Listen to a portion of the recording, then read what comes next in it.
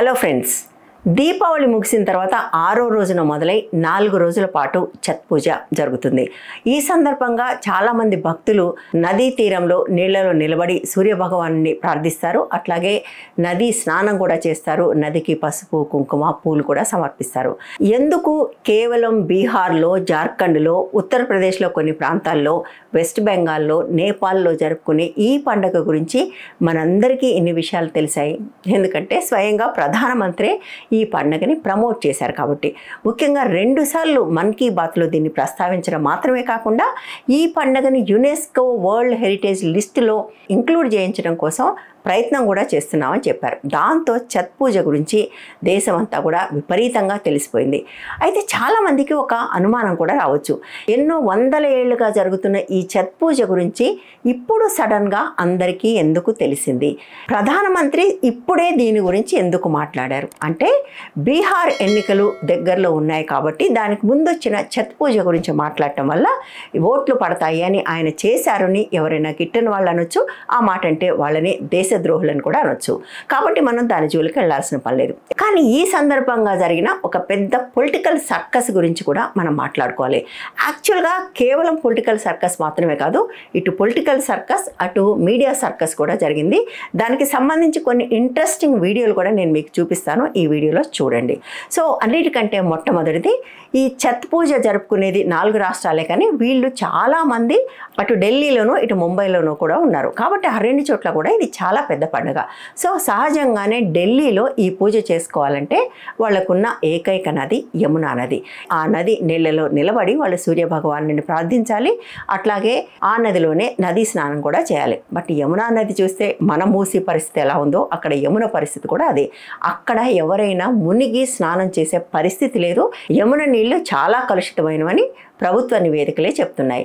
కానీ ఛత్ పూజని ఈ స్థాయిలో ప్రమోట్ చేసిన తర్వాత డిప్ చేసుకునే నది సరిగా లేకపోతే ఒక చెడ్డ పేరు వస్తుంది. కాబట్టి ఈ నదిలో ఉన్న కాలుష్యాన్ని తగ్గించాలి. బట్ యమునా నది, ఇక్కడ మూసీలో కాలుష్యం తగ్గించడానికి ఎన్ని వందల కోట్లు ధారపోసినా ఏమైతే జరగలేదో, సరిగ్గా యమున పరిస్థితి కూడా అదే. గంగలాగే యమున మీద కూడా అనేక వందల కోట్లు ఇప్పటిదాకా అనేక ప్రభుత్వాలు ఖర్చు పెట్టాయి. బట్ అక్కడ పొల్యూషన్ తగ్గలేదు. ఎందుకంటే ఇండస్ట్రియల్ వేస్ట్ అంతా కూడా యమునలోకి వస్తుంది. దాంతోపాటుగా డ్రైనేజ్ కూడా వస్తుంది. కాబట్టి ఆ విపరీతమైన పొల్యూషన్ నురగల రూపంలో అక్కడ కనపడుతూ ఉంది. సో ఈ పొల్యూషన్ని ఇప్పటికిప్పుడు తగ్గించడం సాధ్యం కాదు. కాబట్టి ఏం చేయాలి?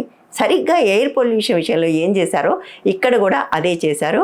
ఏంటంటే ఆ నురగలు కనపడకుండా దాని మీద కెమికల్స్ చల్లటం.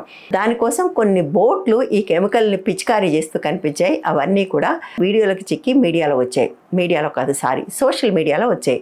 మరొక వైపు ఈ పండుగను ఈ స్థాయిలో ప్రమోట్ చేసిన ప్రధానమంత్రి తను కూడా ఆ పూజ ఏదో చేయకపోతే బాగుండదు కదా. చేయటం అంటే ఏంటి? తప్పనిసరిగా నదిలో దిగాలి. నదిలో దిగి మాత్రమే చేయగలిగిన పూజ ఇది. కాబట్టి ఈ యమున నీటిలో ఆయన కూడా దిగలేడు. అందుకోసం ఆయన కోసం ప్రత్యేకంగా ఒక పాండ్ తవ్వారు యమున పక్కన. అంతేకాకుండా ఆ పాండ్కి వచ్చే నీళ్లు నదిలోంచి రాకుండా జాగ్రత్త పడటం మాత్రమే కాకుండా మంచి నీళ్ళనంటే ఫిల్టర్ చేసిన వాటర్ని ఒక పైప్ లైన్ ద్వారా దానిలోకి తరలించారు. అట్లా ఒక మంచినీళ్ళ సరస్సుని కేవలం ప్రధానమంత్రి కోసం ఏర్పాటు చేశారు. ఆ విషయం కూడా మీడియాలో వచ్చి అల్లరల్లరి అయిపోయింది. దాంతో గోదీ మీడియా రంగంలోకి దిగి ఇది ఒక్క పాండ్ కాదు, ఇలాంటి పాండ్స్ అనేకం ఉన్నాయి అంటూ వార్తలు చెప్పాయి. కానీ మరొక పాండ్ని చూపించలేదు. ఎందుకంటే వాళ్ళు తవ్వింది ఒక్కటే పాండ్, అది కూడా ప్రధానమంత్రి కోసం. మిగిలిన ప్రజలు అదే కలుషితమైన నీళ్లలో, అదే కలుషితమైన యమునలో దిగాలి.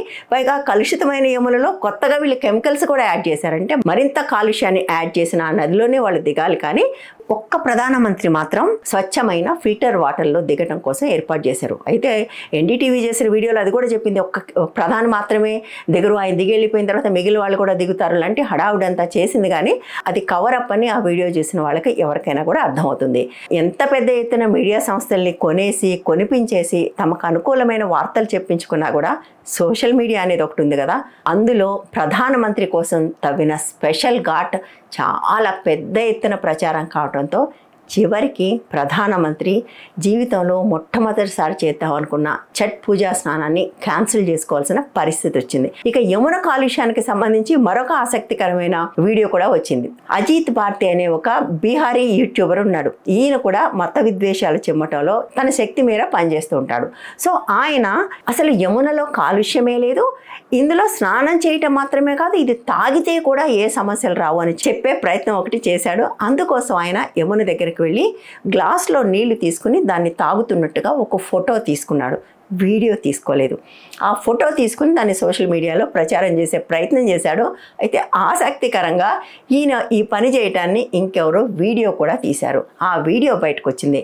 ఆయన కేవలం గ్లాస్ తన నోటి దగ్గర మాత్రమే పెట్టుకున్నాడు. అయిపోయిందా అని అడిగి ఆ తర్వాత దాన్ని కింద పారబోశాడు. తాగితే మొత్తం గ్లాసులో నీళ్ళన్నీ గటగట తాగాలి కదా, జస్ట్ మూతి దగ్గర పెట్టుకుని పారబోసాడంటే అర్థం ఏంటి? మోసం చేసే ప్రయత్నం చేశాడని అర్థం. సో ఒకవైపు ప్రభుత్వము, మరొక వైపు గోధీ మీడియా అందరూ కూడా జనాన్ని మోసం చేసే ప్రయత్నం చేసి ఈసారి మాత్రం బెడిసికొట్టారు. పాపం ఎందుకో ప్రభుత్వానికి వరుస కష్టాలు వస్తున్నట్టున్నాయి. వరుసగా ఢిల్లీలో ఇది రెండో సంఘటన. మనం ఒక వీడియో కూడా చేసాం. ఎయిర్ పొల్యూషన్ తగ్గించడానికి బదులుగా డేటా మ్యానిపులేట్ చేయడానికి వాళ్ళు ఎట్లా ప్రయత్నం చేశారు. అట్లాగే యమునలో కాలుష్యాన్ని తగ్గించడానికి బదులుగా జనాలందరినీ కూడా ఆ మురికి నీటిలో కాలుష్యభరితమైన కెమికల్స్తో కూడిన ఆ నీళ్లలో మునిగి చావండి అని చెప్పి తమ కోసం మాత్రం మంచినీళ్ళ పాండ్ తవ్వించుకున్న ప్రధానమంత్రి బహుశా ఇంకే దేశంలో కూడా ఉండి ఉంటారని నేను అనుకోను.